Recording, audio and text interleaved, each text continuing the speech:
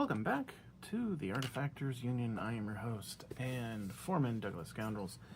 Today we're assembling the Immortal Tricksters box for the Ten Thunders faction and the Oni keyword. Box contains 4 miniatures, the one named unique model, the Kamaitachi, or the Angry Weasel, according to the instructions, and then 3 Tengu, these little bird fellows. That is the artwork in front of the box, render on the back. We have a fairly normal pose for our weasel, and our birds up to no good. Okay, that's the renders. Let's look at the sprue. Here's what comes in our box. We have the Kamaitachi. Kamaitachi. Okay. On its own sprue, and then the Tengu come in technically one sprue that had to be split up so that it could fit inside the box, but this is what we're looking at for here. Everything looking to be about half a dozen to 8 bits a piece, and it doesn't look like anything super exciting. Maybe the worst bits we're looking at are the toes there. But let's go ahead and look at the instructions for the Kamaitachi first, and then begin building him, shall we?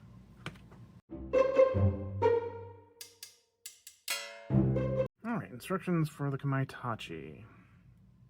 Body, and then do both the legs, followed by both the arms. I think this might be our right arm and left. I'll double check. And then we'll finish with the head. Honestly, nothing too super fancy here. Let's get to it. These 3 bits first. Got the body, and we'll do our right leg going right there.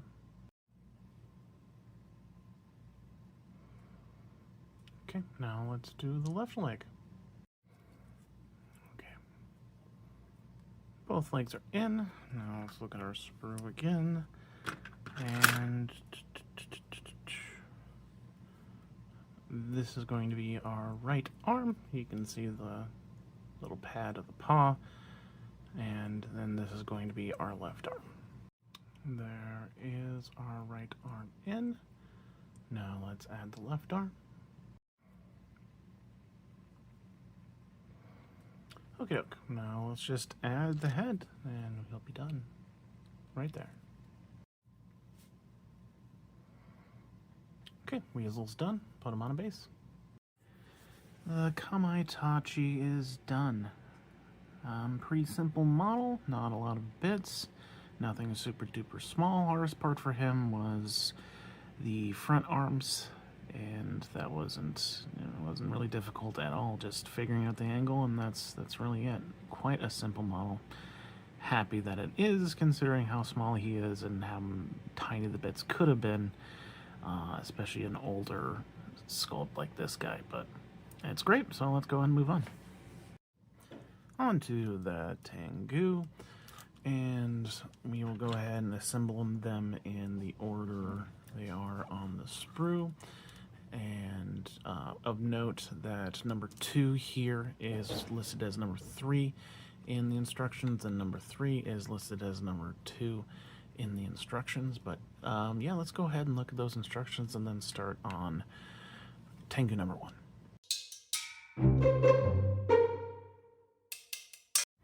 First, we'll go ahead and cut out the body, and then we will add the toes. I'll figure out which is which as we clip them off. Then do the butt feathers, followed by left arm, right arm, head, and horns. Alright, so let's cut out this one and this one on the far left, and I'll figure out which toe it goes into, okay? Okay, we got the body, and those toes ended up being for his right foot. So let's go ahead and put those in now. Gotta really look at the seam on the bottom to tell you if you've got it in right or not, and that looks pretty good to me. So let's go ahead and add the left toes now. Left toes are in. Let's do the butt flap feathers going right there. I was very wrong. It's not butt flappable, and I initially attempted to install it upside down.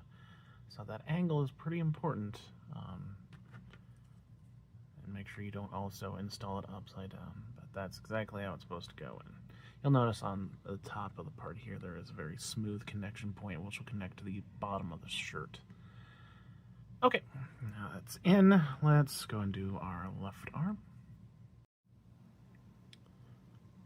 There's the left arm. Now let's do the right arm.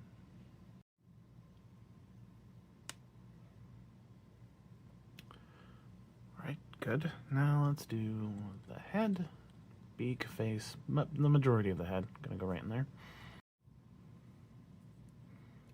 He's looking to his left. And then we'll do the top of the head and the horns.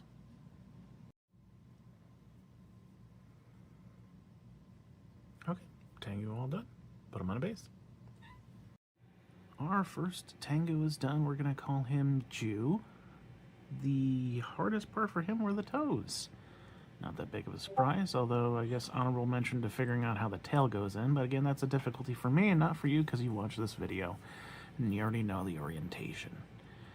So let's move on to probably harder build. Yeah, probably a harder build. For our second Tengu, we're going to go ahead and grab the body and the back half of the body as well. And then we'll go ahead and do our two legs. I'll figure out which side is which. Followed by the tail feathers. Going to go right in here. Then we'll combine the two halves of the head and plop that on top and call them good. Alright, so let's start with these two bits. Front of torso, flip them over. Now I have the back half of torso. Yep, he's good. Alright, next up, the right leg is going to be this guy. You notice that the connection point is very flat, which fits with the flat bottom of the pelvis here. Whereas the left leg, the connection point is sort of on the side, which corresponds with this connection point. So let's do our right leg. Okay, there is the leg. Looks like I trimmed it a little bit too much. You notice that gap right there. That is because I just shaved too much of the bit, not because I left a gap there. All right, let's go and do our left leg. Maybe just nudge him just a little bit that way. There we go. That's a pretty good seam. We're done with the legs. Now let's do the tail feathers. Okay, looks like unlike the previous one, these are gently curving upwards, whereas the other Tengu, the tail feathers, were curving downwards. Okie dokie. Let's drop the bit and combine the two halves of our head. That's our bird head. Now let's just plop it down on his neck.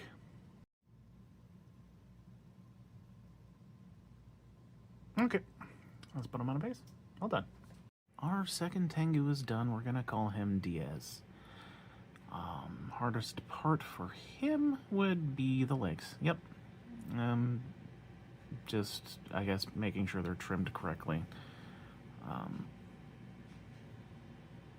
God, that's also just a bit of a stretch. Like, he was also pretty darn easy. Actually, I think he was easier than the previous one. So less complicated. The next one, though, definitely going to be more complicated. So let's go ahead and do him. Here's our last Tengu, and looks like it's going to be slightly more involved in assembly. We'll grab the torso and then do the right leg and the left leg. You can tell in the instructions the left leg is the one that's curled up. He's like in mid-sprint. After that, we'll do the tail feathers and the cape, followed by the right arm, the left arm, and then the head. So let's grab these three bits first. Alright, here's the torso. Now let's add in our right leg. It's going to be kind of wobbly, so we're just going to need to slide it around until the seam looks really good to you. Okay. Like that. Alright, now let's do the left leg.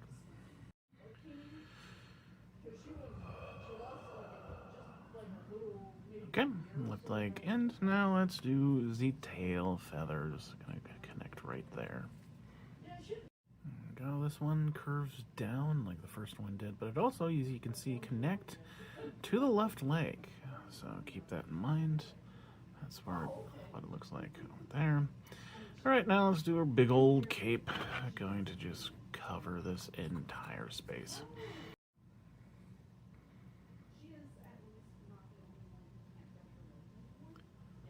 Okay, there we go. Now, let's, what did I say? Do the right arm first.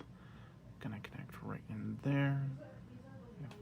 Camera will focus. There we go. Yep, there's our shoulder.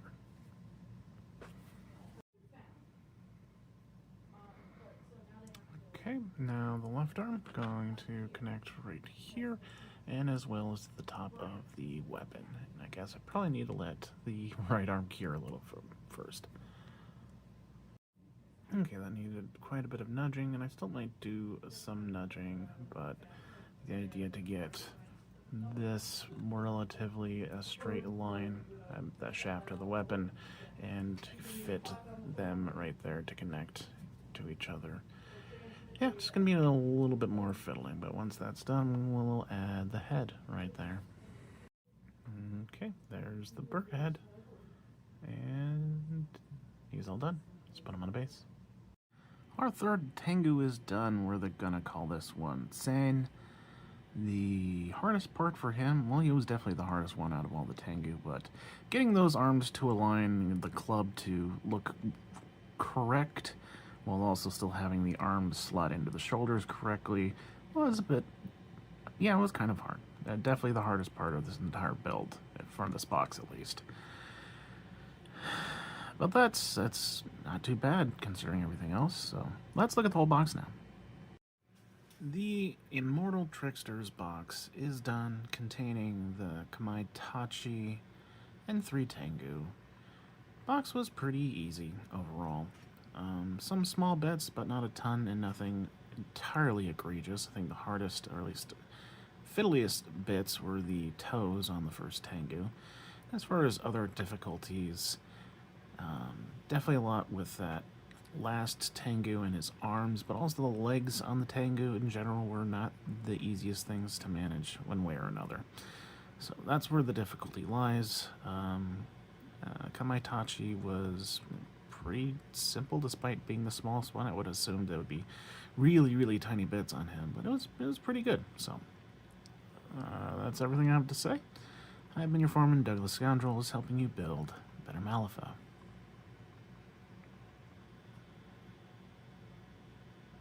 Caw.